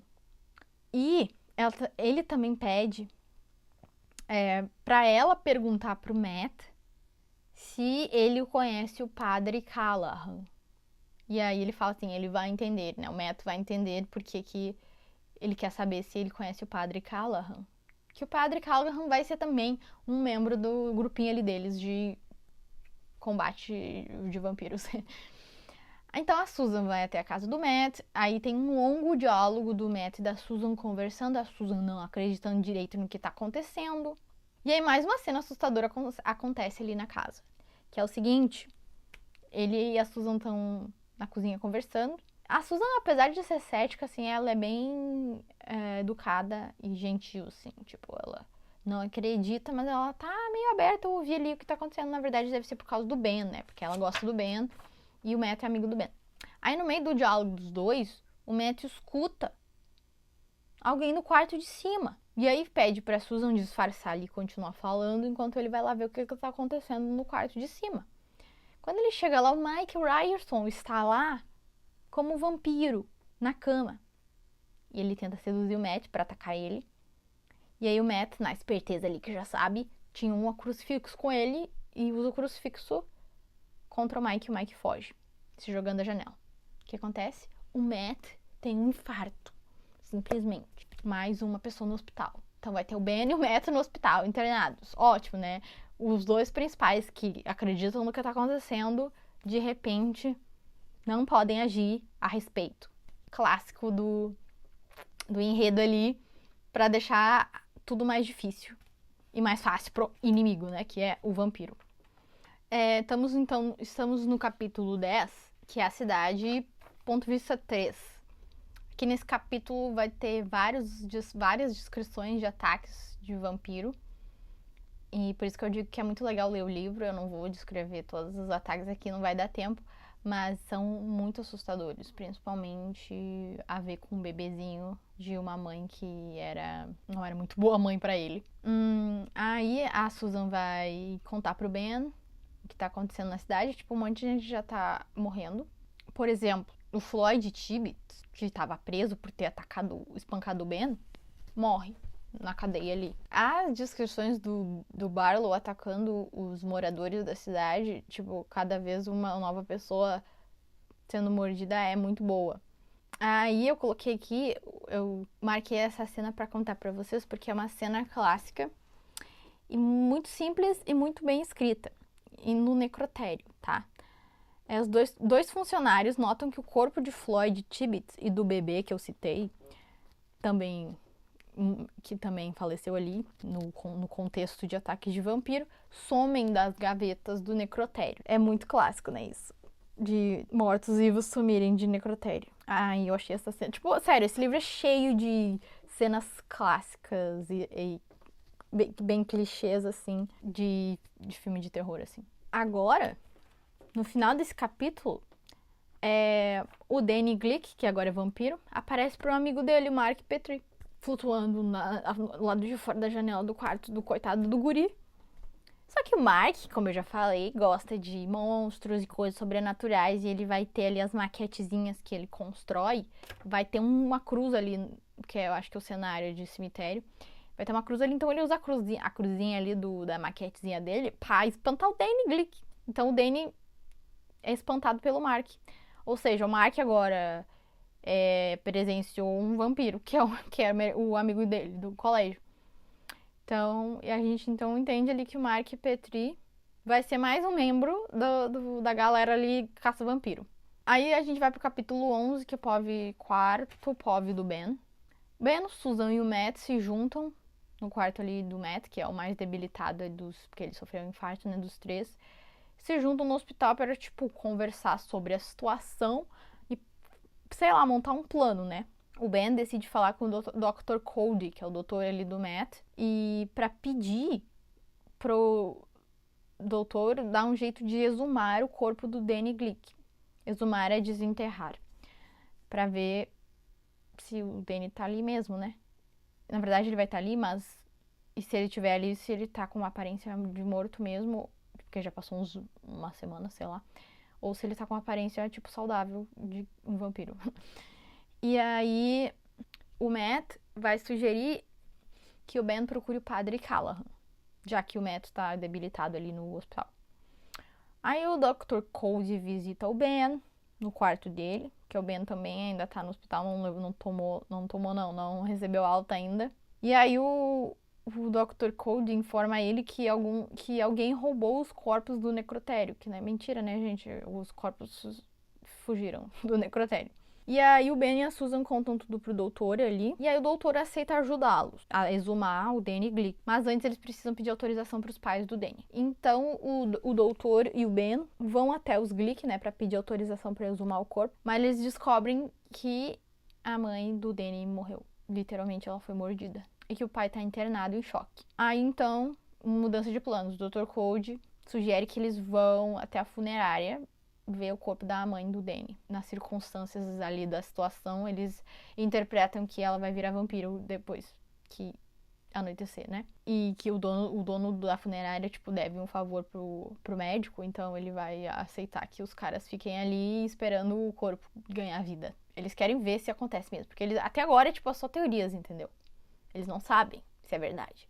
E o médico o médico chegou agora, entendeu? Então, o médico quer mesmo ver com os próprios olhos, junto com o Ben, se isso é verdade. E enquanto isso, a Susan, ai gente, juro, sem paciência. É tipo o cético que resolve provar que é tudo mentira, entendeu? Tipo, ela quer ter razão, então ela decide sozinha até a casa Marston, ver lá qual é que é, entendeu? Óbvio que dá tudo errado. Ela vai sozinha. E aí, na verdade, a cena, ela é cortada ali. O King, ele tá criando meio que um mistério, cortando as cenas. Então, tipo, é a descrição dela atravessando o bosque pra observar ali a casa Marston, escondida. E aí, uma mão, tipo, encosta no ombro dela e aí corta a cena. A gente acha que ela foi atacada, mas não. Enquanto isso, na funerária, eles estão ali ao lado do corpo da senhora Glick, aguardando a hora do vampiro. Entenderam por que o nome do livro era A Hora do Vampiro? Porque exatamente no momento que anoitece, os vampiros acordam, né? E então, a hora do vampiro chega e realmente a senhora Glick acorda. O corpo dela se mexe embaixo do lençol e ela acorda. Então a gente, junto com o Ben e com o doutor, a gente vê pela primeira vez um morto acordando, né? Tipo, um vampiro acordando de seu sono diário ali. E aí a senhora Glick vai pra cima deles, óbvio, né? E ainda, tipo, é bem triste. Ela, tipo, chamando pelo filho, que é o Danny Glick, que também é vampiro. Na verdade, antes disso tudo, o Ben e o doutor, eles abençoaram a cruz. Tipo, eles estão seguindo ali a lenda, entendeu? Mesmo que eles não tenham visto com os próprios olhos. Mas mesmo assim, eles abençoam a cruz ali que eles levaram. E aí, a senhora Glick ataca o Ben, mas ele tem a cruz, então ele se defende com a cruz e a cruz se ilumina. Então, tipo, é mais uma característica de vampiro, assim. A cruz se ilumina e ele consegue se defender. Só que daí a mulher ataca o doutor. Ela morde o doutor. E acontece uma coisa muito interessante. Ele desinfeta a mordida e depois ele pede pro Ben aplicar uma injeção antitétano. E isso resolve, gente. Resolve o problema ali. Ele consegue não virar vampiro. Ele teria que morrer pra virar vampiro, mas ele consegue não ser infectado pela doença do vampiro ali. E aí eles precisam criar uma história pra justificar o que aconteceu. Porque a senhora Glick simplesmente desaparece. Ela consegue atravessar a parede e sumir. Ou seja, o corpo sumiu. E eles estão tudo machucados. Porque, né, o Ben meio que lutou ali com a mulher. E o doutor tá... E daí, então, eles inventam ali uma história para os policiais que uma pessoa invadiu ali e roubou o corpo. Mas meio que não cola, assim, muito bem. Quer dizer, cola porque é a história deles, mas meio que não tem direito como explicar, né? Aí a gente chega no capítulo 12, que é o primeiro ponto de vista do Mark Petrie, né? A gente descobre que é ele que encostou no ombro da Susan e que ele foi lá fazer a mesma coisa que ela. Foi lá, tipo, tentar ver qual é que é na casa na casa Marston, ver os vampiros, né? Eu nem sei qual era a intenção de uma criança ir sozinha. Ele vai matar o vampiro? Enfim, mas ele foi lá também para ver. E aí, então, ele decide que ele precisa se unir a ela. Eles, então, entram juntos na casa Marston, gente. Não preciso nem dizer que dá tudo errado, né? O Straker ataca o Mark e ele desmaia. Acho que ele dá uma pancada no Mark. O Straker arrasta o Mark acorda, ele tá sendo arrastado pro segundo andar. E aí o Straker amarra o Mark na mesma viga que o Robert Marston foi encontrado. Só que ele amarra o corpo todo do Mark, tipo, de um jeito que é impossível escapar. Só que daí que é a parte legal dessa cena. O Mark lembra de um truque do mágico Houdini pra escapar de uma amarração ali forte de cordas. Quando a pessoa tá te amarrando, tu faz assim, ó, com os músculos, que daí, tipo, infla. E aí, quando a pessoa terminar a amarração e tu relaxar, meio que vai abrir um espaço, né, onde tu tava inflado. Então ele faz exatamente isso. E essa cena é muito legal, a descrição dele tentando se desamarrar da corda, porque, tipo, demora um pouco mesmo que ele fez isso, esse truque. Demora, né, tu conseguir se desamarrar de uma corda no corpo inteiro. E essa descrição é muito bem feita, é muito legal a cena. E aí o Mark consegue se desamarrar, e aí ele vê que tem uma cama ali velha, e ele pega um ferro do pé da cama, e aí ele consegue, gente, matar o Straker. Ele ataca o Straker quando o Straker vai lá no quarto pegar ele pra dar de lanche pro Barlow. Ele mata o Straker. Com pancada, né? Aí o Mark vai correndo no porão pra buscar a Susan. Só que o Barlow tá lá, gente. O Barlow já atacou a Susan. Já era. Já era mesmo. E o Mark não tem opção se não fugir. Susan virou vampiro, gente. E aí, depois disso, ele vai pra casa, né? Correndo. Ele tem que inventar lá uma desculpa pros pais. A Susan aparece no quarto dele, pedindo pra entrar, né? Pela janela. E ele nega, usa a cruzinha dele, da maquetezinha. E aí, o Mark se lembra... E aí o Mark se lembra que a Susan tá saindo com o Ben. Eles, tipo, cidade pequena, né? Todo mundo sabe o que tá acontecendo. O Mark se liga, meu Deus, ela vai atacar o cara. É a próxima vítima dela. E aí ele vai, é assim que ele vai contar pro Ben o que aconteceu. O capítulo 13 é no ponto de vista do padre Callahan, que vai visitar o Matt no hospital. O Matt fala pra ele que ele precisa de um favor do padre. Isso depois do padre notar que, tipo, o Matt tá rodeado de livros sobre vampiro. Como o Matt tá debilitado no hospital, ele precisa fazer alguma coisa, né? Então ele fica ali estudando sobre vampiros. Ele pediu, tipo, que a bibliotecária entregasse livros de vampiro pra ele. Ele fica ali estudando. Daí o padre chega ali, vê aquilo tudo e fica, gente, que é isso? O Matt conta pro padre que não consegue falar nem com o Ben, nem com o Dr. Cody e nem com a Susan. O Matt conta tudo pro padre Callahan. E aí pede que o padre investigue algumas coisas pra ele e leve consigo um pouco de água benta e hóstias. Inicialmente, o padre, ele tem objeções com esse pedido. E aí eu achei essas objeções muito realistas também, e elas adicionam essas objeções uma camada meio que de profundidade na personalidade do padre, porque mesmo que o padre demonstre assim esses questionamentos em relação à Igreja Católica ali e ao mal e tudo, ele tem muito respeito pela força da religião dele ali. Então ele fala pro Matt assim, isso que tu tá me pedindo é como se eu fosse agir de forma leviana, né? Eu não posso, em nome da Igreja Católica, fazer isso que tu tá me pedindo, porque aparentemente é tudo mentira, né? Tipo, é uma loucura do Matt Berkeley. E aí ele fala assim, ó, a igreja é mais do que um monte de ideias, como os padres jovens aparentam acreditar. É mais que um grupo de escoteiros espiritual, a igreja é uma força. E não se coloca uma força em movimento de modo leviano. O padre explica isso pro Matt.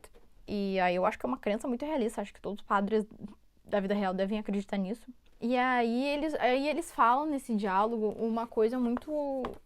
uma informação muito interessante, que é a noção de mal da Igreja Católica. E que essa noção do mal passou por uma mudança no século que eles estão ali, né? Que é o 20. A gente tá no 21, o livro foi escrito no século 20. E aí o Matt responde, imagino que tenha sido por causa do Freud. E aí o padre fala, muito bem, a igreja desenvolveu uma nova noção ao longo do século 20, o mal com M minúsculo. E o demônio deixou de ser um monstro de chifres vermelhos, rabo pontudo e cascos fendidos, ou uma serpente rastejando no jardim do Éden. Embora essa seja uma imagem psicológica muito adequada. O demônio, segundo o evangelho de Freud, seria um id gigantesco e complexo, subconsciente de todos nós. Aí eu coloquei essa marcação aqui, que isso é exatamente um dos temas abordados na literatura gótica, que é o conceito de Apolíneo versus Dionisíaco, que é o bem e o mal dentro de nós mesmos. E é exatamente esse mal do século XX que a Igreja Católica interpreta como mal na sociedade, é o mal dentro do homem. E aí o padre fala assim, expulsar o demônio criado por Freud é tão impossível quanto o desafio lançado a Shylock, remover uma libra de carne sem derramar uma gota de sangue. Shylock é de O Mercador de Veneza de Shakespeare. Então gente, Le King é muita referência de vários textos, mas isso deixa a gente com mais repertório, né? Então, o padre aceita ajudar o Matt, mas ao mesmo tempo tem toda essa questão aí de que ele acha que o mal não é um vampiro, um demônio, é o mal que tá dentro das pessoas mesmo. Mas ele aceita ajudar o Matt. Eu acho legal que a parte 2 termina com o padre Callahan temendo por sua alma imortal. Tipo, o padre não acredita no que tá acontecendo ali, que o Matt contou, mas ao mesmo tempo ele tá com medo. Então a parte 3 começa, a parte final, depois eu falar tanto, isso daqui virou um podcast, um episódio de podcast, gente. Espero que vocês não tenham se entediado muito. Tá, capítulo 14. O capítulo tem 50 subdivisões. Até agora, tipo, as subdivisões iam até, sei lá, o número 10. Agora tem 50 subdivisões. Tipo, todo final vai ser nesse capítulo. E aí, a gente tem detalhes do paradeiro trágico de vários moradores de Salem. E aí, pela primeira vez não, mas tipo, fica claro o clima trágico e triste, tipo, de Salem, sabe? A Salem já virou uma cidade morta, assim, sem vida. E o King cria muito bem essa impressão que o leitor tem dessa vibe péssima que tá na história. E aí, então, o Mark e Petri, né, lembram? Foi atrás do Ben pra explicar sobre a Susan. Mike conta o que aconteceu, Ben passa mal, vomita. Aí os dois vão pro quarto do Matt. Ah, nessa cena, então, eles estão tudo em grupo, eles começam a tirar algumas conclusões que ajudam a gente a entender o início da história, que eu já contei agora pra vocês na cena inicial ali, tipo, que o Straker não é um vampiro. Ele é tipo um ajudante humano ali do Barlow, e que foi ele que sangrou o Danny no início ali, e sequestrou ali o Ralph Higley, que ofereceu pra essa força maior, que na verdade o Barlow não é tipo a força maior do mal ali no livro. Tem uma entidade do mal que o King não se aprofunda, mas que o Barlow responde, entendeu? O vampiro responde a essa entidade do mal ali, que o sacrifício acontece pra essa entidade aí. Bom, gente, nessa altura da história já estamos se encaminhando bastante pro final, olha aqui, ó. A gente tá aqui, ó. E aí o Matt, ali da cama do hospital, dá instruções pro grupo do que eles devem fazer. Levar uma estaca quando forem à casa Marston. E uma arma, caso o Straker esteja lá vivo. Eles ainda não sabem que o Straker morreu, tá? Que o Straker morreu. A estaca deve perfurar o coração do vampiro para que ele não reviva. Depois de cravar a estaca, precisam cortar a cabeça dele, encher a boca de alho e virar o rosto para baixo no caixão. Nas ficções do gênero, lembram que o Matt é professor de literatura, então ele sabe desses detalhes e estava estudando até agora ali no quarto, né? O vampiro vira pó quase instantaneamente. Talvez não seja assim na vida real. Se não for, vocês precisam encher o caixão de pedras e jogá-lo em água corrente. É isso que eles têm que fazer com o Barlow. E eles também não podem olhar nos olhos dele, porque olhar nos olhos do Barlow é tipo se deixar seduzir por ele, né? E eles também precisam se confessar pro padre Callahan antes de fazer tudo isso. Eles precisam se confessar. Então, eles se confessam pro padre. E aí a gente só tem o ponto de vista do Ben se confessando. Quem precisa matar o Barlow é o Ben, porque ele teve relações íntimas com a Susan e ele meio que faz o papel de marido atingido. Isso também não foi explicado direito, mas tem a ver com as crenças populares ali do vampiro. Até acho que tem a ver com Drácula também. Queria ter lido Drácula antes de ler esse livro. Mas o Ben vai fazer um papel de marido atingido ali da Susan. E aí ele precisa matar o Barlow, né, que foi quem transformou a Susan em vampiro. Mas o Ben também vai ter que matar a Susan. Isso é uma cena muito horrível. E que vai ser uma questão traumatizante pro Ben, né? Na casa Marston, eles encontram o Straker morto, pendurado de ponta cabeça. O motivo dele estar desse jeito foi porque o padre Callahan explica que ele tá de cabeça para baixo porque é uma prática muito antiga. Pendurar o corpo do inimigo ou traidor para baixo de modo que a cabeça fique em direção à terra e não ao céu. São Paulo foi crucificado assim, numa cruz em forma de X, com as pernas quebradas. Pro Barlow, o Straker foi um traidor, porque ele deixou o Mark escapar. Aí eles vão no porão, né, depois de ver ali o Straker. E no porão tem uma carta do Barlow, e também a Susan tá lá, né, dormindo, porque ainda é dia. E aí, na carta super dramática, eu achei muito boa. A carta é bem, como eu disse, vampiro velho, dramático. Na carta fala, tipo, que a Susan foi deixada ali pra ele como, tipo, um presente e que ele não precisa mais dela.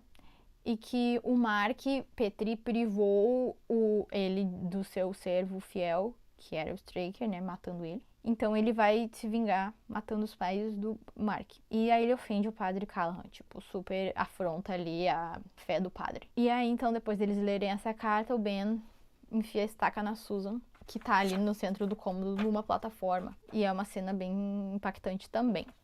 Aí o padre Callahan e o Mark vão pra casa dos pais do Mark pra avisar os pais, né, do perigo.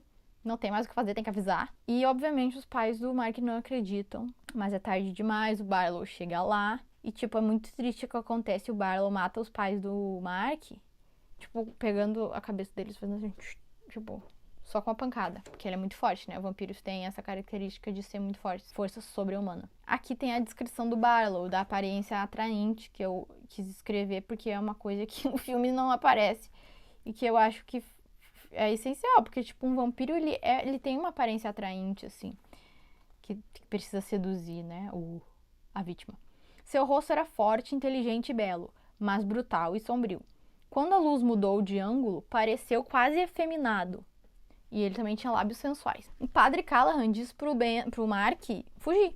E ele vai enfrentar o Barlow. E aí é um embate bem dramático ali, tipo, o padre contra o mal ali, que é o vampiro. O Barlow, ele não morde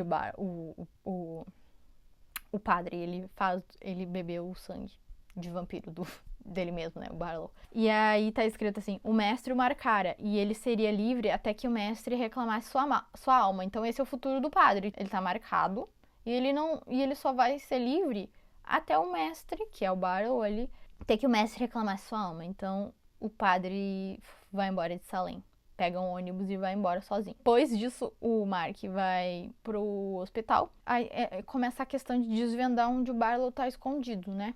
Que o Mark fugiu, lembra? Eles perguntam pro Mark se ele viu algum detalhe no Barlow que pudesse dizer onde ele tá escondido. E aí o Mark diz que viu giz azul na roupa do Barlow. Então eles têm essa pista de que onde o Barlow tá escondido. Aí acontece uma cena muito icônica que eu citei no início do livro, das crianças atacando o motorista de ônibus que é mal com elas.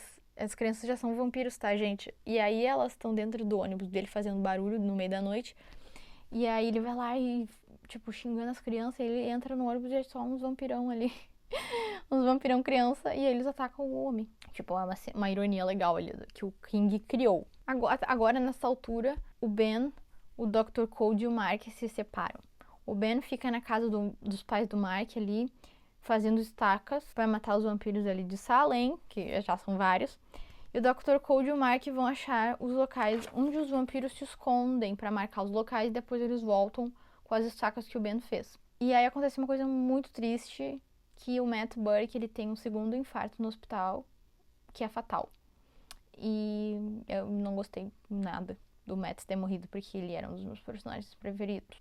Temos a mesma formação, né? O Jimmy, que é o doutor, né? O Dr. James Cody, desvenda onde tá o Barlow. No porão da pensão da Eva Miller, que é onde o Ben tá hospedado. Porque o giz azul que o Mark e Petri viu na roupa do Barlow é de uma mesa de bilhar que tá lá há anos. Tipo, uma vez que o médico foi lá, acho que atender a Eva, que é a dona da pensão, ela deve ter comentado com ele, eu não lembro direito desse detalhe, mas é o que eu vagamente me lembro. Ela deve ter comentado da mesa de bilhar e ele lembrou. Acontece uma burrice que foi a única parte ali do enredo que é realmente uma burrice tremenda. Ficou meio forçado ali no sentido de que eu sei que essas burrices têm que acontecer em história de horror para o plot andar. O Dr. Code e o Mark decidem ir sozinhos até a pensão. Pra, tipo, ver se realmente o Barlow tá lá. Gente, é óbvio que vai dar errado, é óbvio que o Barlow tá lá. Só que acontece uma coisa muito horrível e criativa pela parte do King, né, que criou a cena. O Dr. Code, ele vai querer descer até o porão, né, pra ver se tá lá o Barlow dormindo. Só que é uma armadilha, gente. O Barlow tirou a escada do porão, porque os porão americanos, eles têm umas escadas, né, pra te descer até o porão. Ele retirou a escada e ele colocou, tipo, umas facas, assim, no chão, pra quando algum deles que descobrisse onde ele tava, fosse descer o porão, caísse ali. Dr. Code cai ali e morre. Ai, gente. Agora, tem só o Mark e o Ben, simplesmente. O escritor do prólogo e o garoto, que então é a dupla do prólogo se formou, né? Que são os únicos sobreviventes ali do grupo. Então eles reúnem materiais, tipo, eles colocam água benta nos frasquinhos e eles vão até a pensão ali da Eva Miller. Inclusive o Mark tem que dirigir de carro até onde o Ben tá, né, na casa dos pais dele, de volta. Sério, o Mark Petrie, essa criança, é muito incrível, porque todo o sofrimento que ele passa ali no final do livro tem que lidar com várias responsabilidades que uma criança não tem condição nenhuma de lidar. Ele lida, os pais foram assassinados na frente dele, ele tá simplesmente passando por um apocalipse um apocalipse de vampiro, tem que dirigir sozinho até onde tá o Ben, né, que tá na casa dos pais, buscar o Ben, e eles têm que matar o Barlow. E o tempo inteiro, tipo, o King é muito realista também nesse sentido de deixar claro que o Mark tá muito assustado, muito sofrendo ali, ele tá muito mal. Ele não, tem horas que, tipo, ele não consegue continuar. E o Ben fala, tu sabe que a gente precisa continuar, não tenho outra escolha, não tenho mais ninguém, só tenho tu. E dá pra sentir que o Ben também se sente muito mal de ficar forçando uma criança a ajudar ele a matar o Barlow, ali continuar o plano inicial. Mas é o que tem que ser feito, né? Então o Ben consegue matar o Barlow, né, no porão da Eva Miller. Ah, gente, a Eva Miller virou vampiro, tá? Às vezes tem personagens que eu tô citando aqui que já viraram vampiro horrores, mas eu não contei porque é muita coisa. Mas, tipo, ela virou vampiro também. E antes do Ben conseguir matar o Barlow, ele acorda, né? Porque passou a hora do vampiro ali. Aí tem um embate bem dramático, né? Clássico de final de jornada ali de horror. E os dois, então, voltam pra casa, enterram o Dr. Cold e os pais do Mark. E aí eles vão embora de Salem junto. E aí a gente chega no epílogo, gente, que é o quê? O que eu falei no início, que é o final do prólogo. Eles voltam depois de meses pra Salem e iniciam um incêndio acidental, porque já tinha acontecido antes um incêndio na cidade por conta da vegetação seca da época do ano ali. O fogo pega fácil. Então eles têm essa garantia de que se eles fizerem esse incêndio acidental, né, de novo, vai pegar fogo a cidade. E eles fazem exatamente isso. Colocam fogo em Salem. E o livro acaba. Nem acredito. Terminei de contar a história pra vocês. Gente, esse vídeo deve estar com mais de 1 hora. Quem chegou até aqui, meus parabéns. Eu acabei de contar um livro de 400 páginas pra vocês. Eu não sei se esse vai ser o formato da análise de sempre, dos próximos, pro resto da minha vida.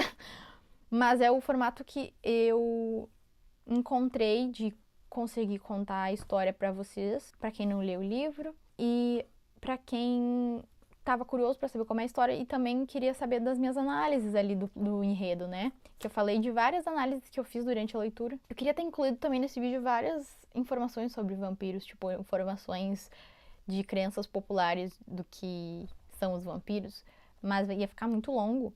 Então eu vou deixar pra aprofundar esse conhecimento de vampiros quando eu ler Drácula. Eu vou ler em breve Drácula, que é uma das leituras que eu sempre quis fazer. E aí a gente fala mais sobre crenças vampirescas ali, crenças populares de características de vampiros. E tipo, origem dos vampiros, que é bem legal também, nesse vídeo sobre análise de Drácula. Eu acho que esse formato de vídeo, ele é legal pra quem, tipo, quer ouvir a história em pouco tempo e não quer ler o livro, quer saber como é o livro através do meu vídeo, mas também eu acho que eu posso intercalar, tipo, análises que eu conto toda a história, falo a minha opinião de várias cenas ali da história, e também resenhas mais rápidas, que eu conto só pontos principais ali que me interessaram do livro. Eu acho que eu vou fazer isso, sabe? Às vezes eu faço uma resenha mais longa de todo o livro, contando todo o livro, e às vezes eu vou fazer as mais curtas. Essa é a solução que eu encontrei, fazer durante o vídeo. Eu fiquei pensando nisso também. Então, vocês podem opinar aí nos comentários se vocês gostaram de um vídeo bem longo, assim, contando todo o livro, ou se vocês preferem vídeos mais curtos, em que eu falo só cenas que eu gostei e que que achei relevante para análise literária. E aí vocês contam o que vocês preferem. É isso. Essa é a questão final. Eu também queria terminar a análise literária de todos os livros que eu for ler com quantas luas eu dei. O nome do canal é Lua Literana, em vez de dar estrelas, tipo de 1 a 5, né? Sendo 1 muito ruim, odiei, e 5 amei. eu daria luas, né? Então eu queria dizer quantas luas eu dei pra Salem. Eu vou dar 4 luas. É um livro muito bem escrito, a história é muito legal. Tipo, não é. Eu só vou dar 5 luas quando for, tipo, o livro favorito da vida, assim, top livros favoritos da vida. Salem não entrou no meu top favoritos da vida, mas é um livro muito bem escrito. Então, vou dar 4 luas. E é isso, gente. 4 luas para Salem. King é um escritor genial. Na análise a gente percebeu vários recursos que ele usou para tornar o livro bem escrito, a história bem fechadinha. E espero que vocês tenham gostado dessa longa análise. Nos vemos na próxima análise, que eu vou testar provavelmente de forma mais rápida. Até. Tchau, gente.